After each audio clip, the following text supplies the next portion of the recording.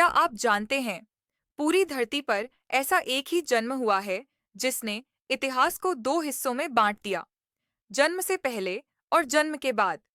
ऐसा जन्म जिसकी घोषणा स्वर्गदूतों ने की, जिसे तारे ने दुनिया को दिखाया, जिसे देखने के लिए राजाओं ने यात्रा की, और जिसका नाम सुनकर आज भी लाखों लोगों का जीवन बदल जाता है।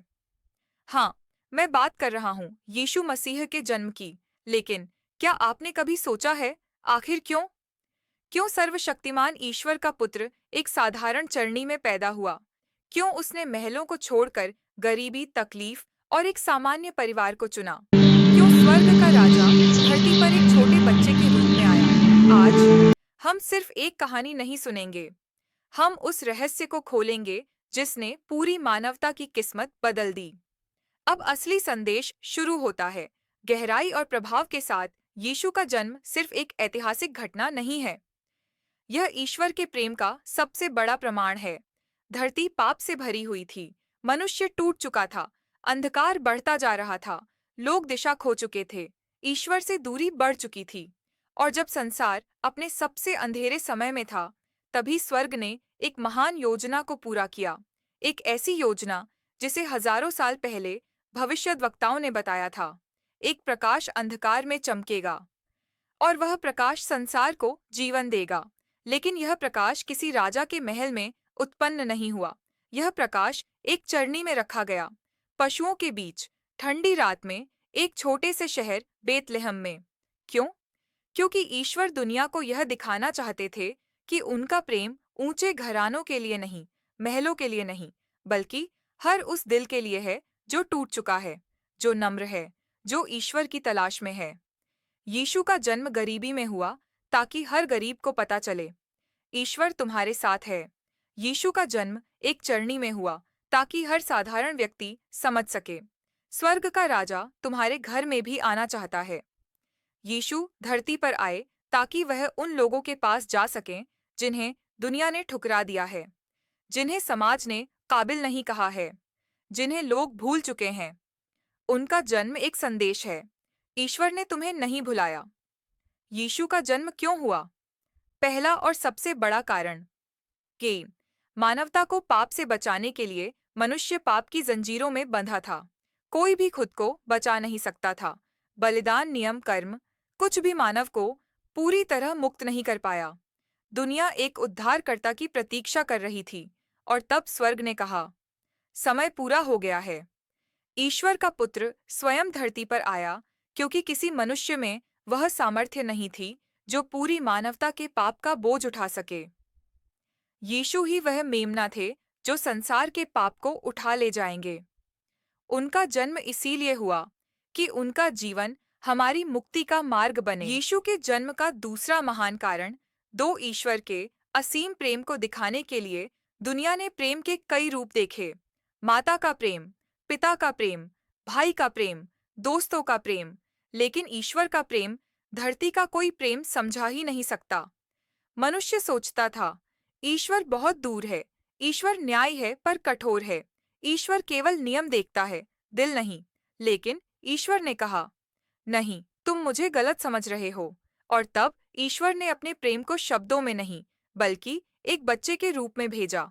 एक ऐसा बच्चा जो रोता है, जो मुस्कुराता है, जो मनुष्यों की तरह बड़ा होता है, जो हमारे दुहाकों को महसूस कर सकता है।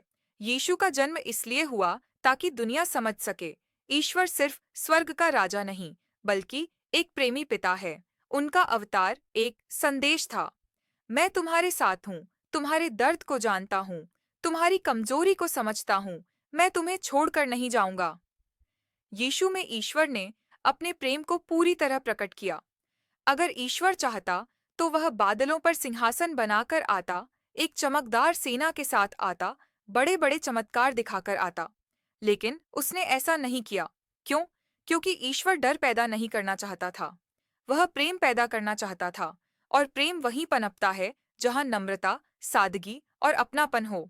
इसलिए यीशु का जन्म चरनी में हुआ, इसलिए वह एक बच्चे के रूप में आए, इसलिए वह गरीब परिवार में पैदा हुए, ताकि कोई भी यह न कह सके, ईश्वर मेरे लिए नहीं है।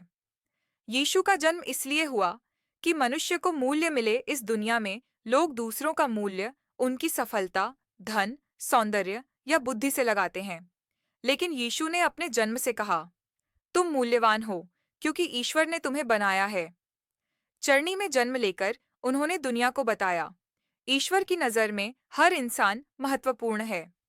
चाहे वह गरीब हो या अमीर, अच्छा हो या पापी, बड़ा हो या छोटा, ईश्वर का प्रेम सभी के लिए समान है।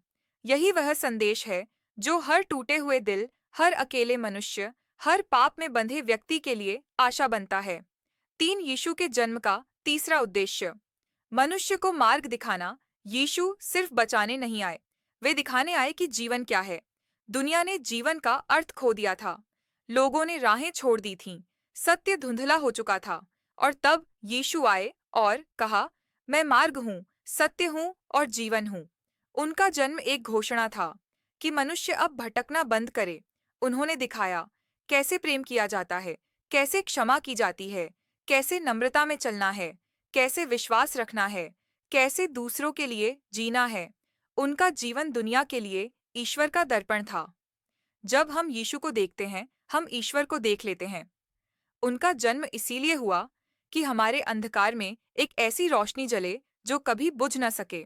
4 यीशु के जन्म का चौथा उद्देश्य, ईश्वर और मनुष्य के बीच दूरी को मिटाना। पाप ने मनुष्य को ईश्वर से दूर कर दिया था। मनुष्य को लगता था ईश्वर बहुत दूर है, बहुत ऊंचा है, बहुत पवित्र है, और मैं पापी हूँ, कमजोर हूँ, डरता हूँ। लेकिन यीशु का जन्म जड़ से यह सोच बदलने आया। ईश्वर ने खुद मनुष्य का रूप लिया और कहा, मैं तुम्हारे जैसा बनकर आया हूँ ताकि तुम मेरे करीब आ सको। यीशु वह पुल हैं जो धरती और स्वर्ग को जोड़ते हैं, मनुष्य और ईश्वर को मिलाते हैं। उनका जन्म हमारी दूरी को मिटाने की शुरुआत था। 5 यीशु के जन्म का पांचवा उद्देश्य, अनंत जीवन का रास्ता खोलना। यीशु का जन्म केवल इस दुनिया के लिए नहीं था, बल्कि उस दुनिया के लिए था जिसे हम नहीं देखते। मानव शरीर नष्ट होता है, लेकिन आत्मा अमर है। ईश्वर ने मनुष्य को अनंत जीवन के लिए बनाया था, लेकिन पाप ने उसे उस जीवन से दूर कर दिया। यीशु इसीलिए आए कि उस अनंत जीवन का द्वार फिर से खुल जाए। उनका जन्म हमारी नई शुरुआत का संकेत था।